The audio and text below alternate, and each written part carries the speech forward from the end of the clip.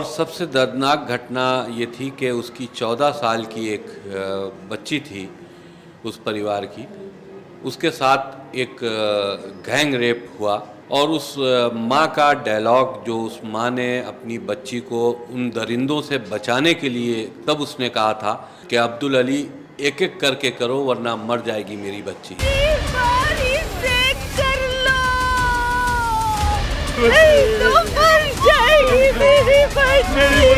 जो बेसिक चीज़ें हैं, जो वोट बैंक है, जो रोहिंग्याज की प्रॉब्लम है, जो आज पूरे देश के लिए खतरा बना हुआ है, उस पर कोई बोल नहीं सकता, कोई न्यूज़ नहीं बना सकता, कोई वहाँ का लोकल बंदा कोई उस पर काम नहीं कर सकता। एक इंसान का जो उसकी स्टोरी है वो मैं किसी प्रोपोगंडा या किसी एजेंडा के लिए या किसी रिलीजियस या किसी पॉलिटिकल एजेंडा से I was not doing the film. वहाँ की हुकूमत ममता बनर्जी के डर से वहाँ पर किसी डायरेक्टर ने ना उसको फिल्माने की कोशिश की, ना किसी प्रोड्यूसर ने इस तरह की स्टोरी को आगे बढ़ाने की कोशिश की। Basically, I have done theatre for like more than 5 years. I have done played two characters in this, Atik and Pratik, so it was more challenging in one. Hi, this is Asa Tripathi and welcome to Awesome TV, which lets you be simply awesome. Today we have with us the team of The Diary of West Bengal. First of all, I must say, जब trailer देखा तो goosebumps आ गए because I loved the scenes जितने भी आप डाल पाए trailer में, बहुत intriguing है, बहुत अच्छे हैं. But what I want to know from the team is, first of all, welcome, and what I want to know is what convinced you all to actually do a film like that, because I feel that patience is tested, I'm sure, when you do a film like this. So yeah. देखिए, the diary of West Bengal एक true story है। बांग्लादेश में एक ढाका के पास एक कस्बा है सिराजगंज, और वहाँ पर एक घटना घटित होती है 8 अक्टूबर 2001 को। अनिल चंद का परिवार, वहाँ पर हिंदू फैमिली थी, वो वहाँ रहती थी, और वहाँ पर एकाएकी कुछ जो कट्टरपंथी मानसिकता रखने वाले मुस्लिम जिहादी और ऐसे जो आतंकी संगठन के लोग थे, उन्हीं ने वहाँ पर हमला किया और काफिर कहकर उसको वहाँ मारा। और सबसे दर्दनाक घटना ये थी कि उसकी 14 साल की एक बच्ची थी उस परिवार की, उसके साथ एक गैंग रेप हुआ। तो वो ख़बर को दबा दिया गया। उसके बाद फिर छोटे छोटे जो वहाँ पर लोकल न्यूज़पेपर्स थे, उन्हीं ने उसको छापा, फिर वो एक बड़ा इशू बना। ये पूरी घटना सोशल मीडिया के ऊपर वायरल हो चुकी है, और उस माँ का डायलॉग जो उस माँ ने अपनी बच्ची को उन दरिंदों से बचाने के लिए उस वक्त की स्टेज जब उसके साथ गैंग रेप हो रहा था तब उसने कहा था, और अब्दुल अली उसमें एक मेन विक्टिम था, तो अब्दुल अली को आवाज़ देते हुए उसने कहा था कि अब्दुल अली एक एक करके करो वरना मर जाएगी मेरी बच्ची।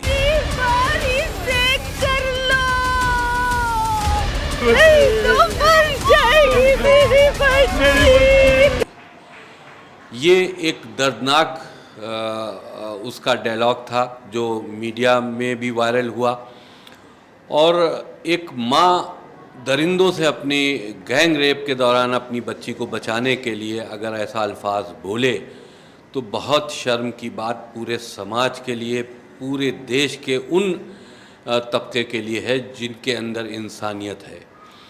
और उसके बाद तस्लीमा नसीम ने भी इस अपनी जो लज्जा किताब थी उसमें इस घटना को लिखा। उसके बाद बांग्लादेश उनको छोड़ के भागना पड़ा, क्योंकि वहाँ पर जितने भी कट्टरपंथी चरमपंथी लोग थे वो उनके पीछे पड़ गए, अपनी जान बचाकर उनको वहाँ से भागना पड़ा। तो हमारी डायरी ऑफ वेस्ट बंगाल उसी घटना से शुरू होती है। उसी में से एक लड़की बचती है जो हिंदुस्तान आती है, और हिंदुस्तान ये सोच के आती है क्योंकि यहाँ बहुसंख्यक हिंदू हैं और यहाँ पर वो हुकूमत से मिलेगी, यहाँ पर ह्यूमन राइट्स वालों से मिलेगी और उस घटना के बारे में इंसाफ चाहेगी।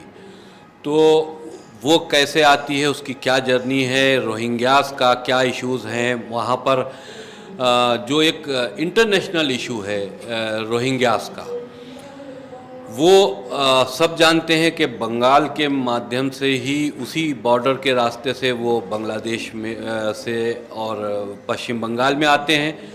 और वहाँ पर उनको सरकारी सहूलियतें इसलिए दी जाती हैं कि बंगाल की हुकूमत वहाँ पर वोटों की राजनीति करती रही है। ये बात छुपी भी नहीं है, ये इससे ये ना जोड़ा जाए कि ये कोई पॉलिटिकल एजेंडा है, ये असलियत है। क्योंकि सरकारी गलियारों में इसकी बात हमेशा होती रही, लेकिन वहाँ की हुकूमत ममता बनर्जी के डर से वहाँ पर किसी डायरेक्टर ने ना उसको फिल्माने की कोशिश की, ना किसी प्रोड्यूसर ने इस तरह की स्टोरी को आगे बढ़ाने की कोशिश की। हमारे डायरेक्टर सनोज मिश्रा ने इसमें बड़ी मेहनत की, अपनी जान पर खेल कर वहाँ पर गए और वहाँ जाकर पूरी स्टोरी को कलेक्ट किया और किस तरह से संघर्ष किया, उसके बाद हम उस फिल्म को बना पाए। लेकिन हम तो यही चाहते हैं कि ममता बनर्जी, क्योंकि इस वक्त पश्चिम बंगाल की चीफ मिनिस्टर हैं, मुखिया हैं, हम उनको इनवाइट करते हैं कि वो कम से कम इस फिल्म को खुद आकर देखें और शायद उनको वहाँ का दुख दर्द हमारी फिल्म के माध्यम से ही पता चले, हो सकता है उनको ना पता चल रहा हो, या किस तरह की एक्टिविटीज़ वहाँ पर हो रही हैं, तो उनको भी इस फिल्म को ज़रूर देखना चाहिए। दैट्स एब्सोल्युटली अमेजिंग कि आपको एज अ प्रोड्यूसर इतनी नॉलेज है फिल्म के बारे में, बिकॉज आजकल जब हम देखते हैं प्रोड्यूसर्स जब फिल्म में इन्वेस्ट करता है तो रिटर्न्स के बारे में काफ़ी सोचते हैं, बट जब आप एक ऐसी फिल्म लाते हैं जो काफ़ी कंट्रोवर्शियल भी है, वहाँ पर लोग बॉयकॉट कर सकते हैं, बैन कर सकते हैं। इससे पहले भी बहुत सारी फिल्मों में बहुत सारी चीज़ें हुई है, जैसे हमारे 12 रिसेंटली आई थी, उस पर भी बहुत समय तक आई फील रिलीज डेट जो है वो प्रोक्रेस्टिनेट हुई थी, बार बार रोका गया था। तो क्या आपको सबकॉन्शियसली ये डर था कि हो सकता है कि ये फिल्म हमने बना तो दी है बट ये सिनेमा तक, समाज तक पहुंचे ना, बिकॉज देखिए सिनेमा तो समाज का आईना होता है, हो सकता है कि लोग देखें ना। फिल्म बनी है, सच्चाई के ऊपर आधारित है, हमारे पास सारे प्रूफ्स हैं और हम सेंसर बोर्ड ने इस फिल्म को पास किया है, और जब सेंसर बोर्ड इस किसी भी फिल्म को पास कर देता है तो जाहिर सी बात है कि एक अथॉरिटी है हिंदुस्तान में, किसी फिल्म, कौन सी फिल्म रिलीज़ होगी या किसको सेंसर मिलेगा कि नहीं मिलेगा, अगर उन्हीं ने पास कर दिया है तो हम ये समझते हैं कि ये उन्हीं ने भी समझा होगा कि ऐसी फिल्मों को आना चाहिए। तो बहरहाल इस बात का तो कोई फिक्र नहीं थी कि आगे फिल्म का क्या होगा। हम सच्चाई के ऊपर थे, फिल्म को हमें बनाना था और रिलीज़ भी करना था, हमारी नीयत साफ थी, तो आज फिल्म रिलीज़ होने की कगार पे है। Talking to the director and writer of course, sir आपकी केस स्टडीज क्या रही हैं? बिकॉज जब हम ये ट्रेलर देखते हैं तो मल्टीपल चीज़ें हमें समझ में आती हैं, यहाँ पर मल्टीपल चीज़ें दिखाई देती है। एंड जैसे कि कहा कि वेस्ट बंगाल से सपोर्ट नहीं था, तो काफ़ी बार आपकी केस स्टडीज जो होगी उसके बीच में अड़चन लाई होगी लोगों ने, तो क्या कहना चाहेंगे उसके बारे में? एक्चुअल में फिल्म का नाम ही अड़चन है, बंगाल का नाम ही अड़चन है, और जो वो बंगाल जिस पर किसी ने अभी तक एक डॉक्यूमेंट्री, जो वहाँ का जो एक्चुअल में जो बेसिक जो प्रॉब्लम है, वहाँ का जो बेसिक चीज़ें हैं, जो वोट बैंक है, जो रोहिंग्याज की प्रॉब्लम है, जो आज पूरे देश के लिए खतरा बना हुआ है, उस पर कोई बोल नहीं सकता, कोई न्यूज़ नहीं बना सकता, कोई वहाँ का लोकल बंदा कोई उस पर काम नहीं कर सकता। तो हमने जब इस सब्जेक्ट को चुना तो ये सब मेंटली प्रिपेयर होने के बाद कि बहुत सारी प्रॉब्लम हमें फेस करनी पड़ेंगी, फिल्म के मेकिंग में भी और फिल्म की रिलीजिंग में भी दिक्कतें आएंगी, ये हम मानसिक रूप से पहले से तैयार थे। और उसी ग्राउंड को लेकर कि हमें उस चीज़ों को झेलना है, हम आगे बढ़े, रिसर्च पूरा किया और उसके बाद फिल्म को पूरा करने में बहुत ज़्यादा मेहनत हुई है, बहुत ज़्यादा रिस्क रहा है, और वो रिस्क हमारी पूरी यूनिट ने उठाया। हम लोगों ने जो प्लान किया था उस तरीके से ही चीज़ों को एग्जीक्यूट किया और फाइनली लेकर हम लोग वहाँ तक आए हैं कि 30 तारीख को फिल्म रिलीज़ हो रही है। अब आप इस फिल्म को किसी फिल्म का या किसी फिल्म से कंपेयर नहीं कर सकते, इसका कोई जोनर ये हम लोग बनाते हैं। यहाँ हम लोग फिल्म इंडस्ट्री वाले हैं, बोलेंगे फला जैसी फिल्म है या रोमांटिक जोनर है उसका, तो ये जोनर से अलग एक रियल स्टोरी है। और मैं हर आदमी तो यही बोलता है मेरी फिल्म बहुत अच्छी है, मैं यही कहूँगा एक बार आप देखें और आप ही लोग डिसाइड करें कि फिल्म में हमने क्या, हमारा जो इरादा है वो कितना साफ़ सुथरा रहा, और हमने बहुत ही बेबाक तरीके से चीज़ों को सिर्फ उठाया है। किसी के पॉलिटिकल दुश्मनी से हमारा कोई मतलब नहीं है, किसी की राजनीति से मतलब नहीं है, ना मैं पॉलिटिशियन हूँ, ना मुझे पॉलिटिक्स में कोई इंटरेस्ट है। लेकिन हाँ, ये ज़रूर है कि एक आम इंसान जो रगड़ता है, जो घिसता है, उसकी लाइफ में जो स्ट्रगल होते हैं। आप सोचें कि जो बंगाल में से बॉर्डर से लगा हुआ जो एरिया है, वो लगभग वहाँ पर हिंदू की आबादी शून्य से भी नीचे जा चुकी है, मतलब शून्य भी नहीं वहाँ बचे लोग। तो उसके पीछे रीज़न क्या रहे होंगे और वहाँ से जो पलायन हुआ होगा उसका दर्द क्या था, ये हमारी फिल्म का मुद्दा है। हमारी फिल्म का मुद्दा है कि किस तरह से वोट बैंक को बढ़ाने के लिए लोगों को लाके बसाया जाता है और उससे वोट के लिए वो लोग क्राइम करते हैं, फिर बाद में क्योंकि सपोर्ट मिलता है सरकार का तो वो लोग आगे क्रिमिनल बन जाते हैं। तो आखिर ये चलते चलते कहाँ तक जाएगा, देश कहाँ जा रहा है ये? आप डेमोक्रेसी के नाम पर क्या चाह रहे हो? आप वोट बैंक के नाम पर कहाँ तक लेके जाओगे, कहाँ तक गिरोगे? और इस ऐसी सत्ता जिसके ज़रिए आप सत्ता हासिल कर रहे हो, वो सत्ता आखिर आपको क्या देगी? जब आम जनता खुश नहीं रहेगी, आम जनमानस खुश नहीं रहेगा, तो आपसे क्या चाहते हो? तो एक अच्छा मैसेज है उन पॉलिटिशियंस के लिए भी जो इस तरह की वोट बैंक की राजनीति करते हैं, उनके लिए एक बहुत अच्छा संदेश भी रहेगा फिल्म में। शायद उनका हृदय परिवर्तन हो, शायद उनके अंदर भी एक आम आदमी की तकलीफ़ अगर उसे महसूस हो कि भाई इससे हमारे जो लोग हैं कितना इफेक्टिव होते हैं। तो ये कई सारी चीज़ें रही, आपने जैसे कहा कि कई सारे एलिमेंट्स उसमें उठाए गए हैं, वो एलिमेंट्स आज की तारीख में बिल्कुल ज्वलंत समस्याएं हैं। जब ऐसी फिल्में होती है तो बहुत सारे थ्रेड्स भी सामने आते हैं, talking to the actors because of course they are the faces. आपको भी थ्रेड्स आए होंगे एंड जब आप कन्विंस हुए होंगे, शायद आपको पता हो ना पता हो कि इस तरह की फिल्में में बहुत सारे थ्रेड्स भी आते हैं। कितने प्रिपेयर्ड थे आप लोग? वेल जब मैंने इनिशियली ये मूवी साइन की थी and when I came to know the story of it, of course my family was a little worried but my parents supported me because मैं एक इंसान का जो उसकी स्टोरी है वो मैं किसी प्रोपोगंडा या किसी एजेंडा के लिए या किसी रिलीजियस या किसी पॉलिटिकल एजेंडा से I was not doing the film. और ऐसे कोई थ्रेट्स मुझे पर्सनली तो नहीं आए बट या ये कहानी एक लड़की की है जिसके साथ and it's based on true events. I am sure ये कहानी में, ये पूरी मूवी में काफ़ी ट्रू इंसिडेंसेस भी है जो हुए हैं और वही एक लड़की की कहानी मैंने उसे निभाया है। सो काफ़ी ऑनेस्टी से हम सब लोगों ने दिखाया है, हमने काम किया है ये मूवी में and I hope for the best. And क्या कुछ प्रेपरेशंस भी रही आपकी? हाँ, ये कैरेक्टर एक काफ़ी डिफ़िकल्ट कैरेक्टर था मेरे लिए बिकॉज यू नो सीइंग कि ये मूवी की क्या मतलब मेरी हिस्ट्री रही है कि I only done you know glamour roles.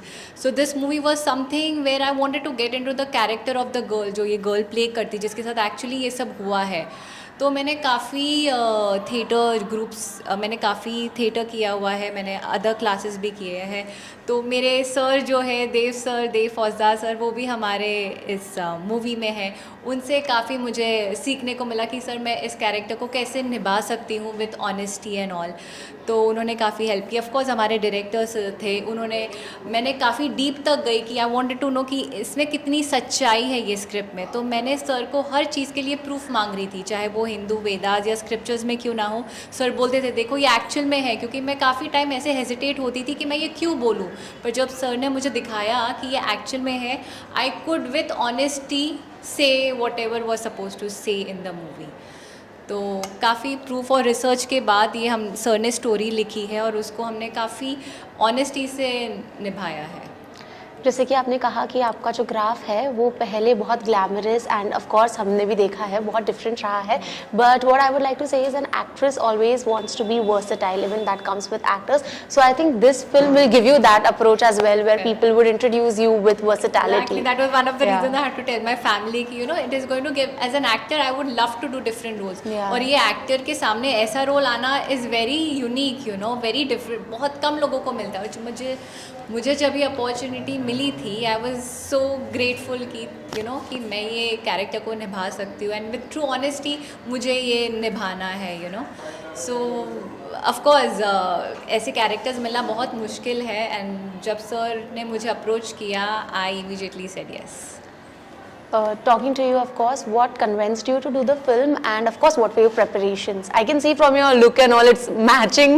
And how have you like done something extra for your looks? I mean, maybe workout or just. For this very character you're saying, I don't think so. Right now, I'm as the character in the movie. It's my normal dressing. Convinced me because basically I have done theatre for like more than 5 years in Mandi House, Delhi. Munshi Premchand, various plays I have done. तो I do commercial cinema also. This is also commercial, but जितना भी वो होता है, you know, glamorous. Yeah. वो मैंने I have done a lot of songs. This is my debut film, and I have done web series also. But this is I'm doing films which are more realistic and character script based. The script is the lead. Or this was my I have done played two characters in this, Atik and Pratik, so it was more challenging in one movie you're playing two characters. Or it was my preference. It's like challenging also as an actor, क्योंकि ठीक है आप अगर से आप उसको बहुत movie को वैसे आप करोगे कमर्शियल तो उसमें बट ये रियल एक्टिंग पे बेस्ड है तो it is more difficult and that is my kick कि कोई मुझे बोले कि ही इज़ अ एक्टर बाकी तो आई डू वो सारे song movies I am doing glamorous things and what preparation I did, it wasn't much difficult. I won't say as like actors. So playing two characters in a film, how can it not be difficult? No, you asked me Yeah, characterize. because Making the as a- characterization yeah. wasn't difficult for me. I won't just like elaborate say oh it was very difficult. I had to go through this. जब sir मेरे पास script लेकर आए तो I had like obviously done my study work. It is like I have done theatre, so I am already trained to how to start a project. तो मैंने उसका study work किया, character develop किया और उसको मैंने एक पूरा कैरेक्टर स्केच करा और वैसे परफॉर्म किया. अब बाकी मैंने अपने 100% दिया है, बाकी अब ऑडियंस का क्या रिव्यू होता है वो तो देखें और मेरी रिक्वेस्ट रहेगी सब ज़रूर जाएं. New actors, debut film, support us. Thank you so much. Definitely, and this will give you a great recognition, I am sure. Thank you so much. It was simply awesome having a conversation with you all. International audience is watching, so any message for the international audience out there? Please support and do watch it. Our movie is releasing on 30th August, The Diary of West Bengal, and हम सबको आपका support चाहिए and good wishes. Thank you. Entertainment के लिए तो आप लोग बहुत सी फिल्में देखते हैं, दुख दर्द को समझने के लिए भी आपको फिल्में देखनी चाहिए. मेरी रिक्वेस्ट यही है, पूरी दुनिया के जितने भी फिल्म को हमारी देखना चाहते हैं, जो देख रहे हैं और जो देखेंगे, उनको ज़रूर देखना चाहिए और इसके बारे में लोगों को बताना चाहिए कि किस तरह के दुख और दर्द से लोग परेशान हैं और कैसी घटनाएं उनके साथ में गुजरती हैं. मैं यही कहना चाहूँगा कि मेरी फिल्म को इसलिए देखिए ताकि दुनिया में जो बदलाव हो रहे हैं, जो आने वाले आपके सामने जो खतरे हैं, उनसे आप थोड़ा सा सावधान हो सकें, या हम एक सभ्य समाज को कैसे बना सकते हैं जहाँ पर नफ़रतें ना हों, जहाँ पर वोट बैंक की पॉलिसी ना हो और जहाँ पर धर्म के आधार पर किसी के साथ भेदभाव ना किया जाए. ऐसा समाज हमें बनाना ही पड़ेगा, नहीं तो ये पूरा विश्व एक बहुत ही बारूद के ढेर पर बैठा हुआ है. आज सीरिया में हो रहा है, बांग्लादेश में हो रहा है, कल आपके साथ भी होगा. इसलिए सतर्क रहने के लिए भी आप देखें फिल्म. Thank you. मैं सनोज मिश्रा इस फिल्म का लेखक और निर्देशक हूँ. Film the diary of West Bengal जो 30 अगस्त को रिलीज़ हो रही है. मैं जितेंद्र नारायण सिंह हूँ. मैं पहले वसीम रिजवी था. मैं इस फिल्म का प्रोड्यूसर हूँ. The diary of West Bengal 30 अगस्त को रिलीज़ हो रही है. मेरा नाम है अर्शन मेहता और मैंने लीड रोल जो सुहासिनी का है उसका किरदार निभाया है और 30th अगस्त को रिलीज़ हो रही है. Please watch it. Thank you. Hi everyone, my name is Yajur Marwa और The Diary of West Bengal में I am playing the lead, two characters, Atik and Pratik. The film is releasing on 30th August, so please do watch it and support us. Thank you so much.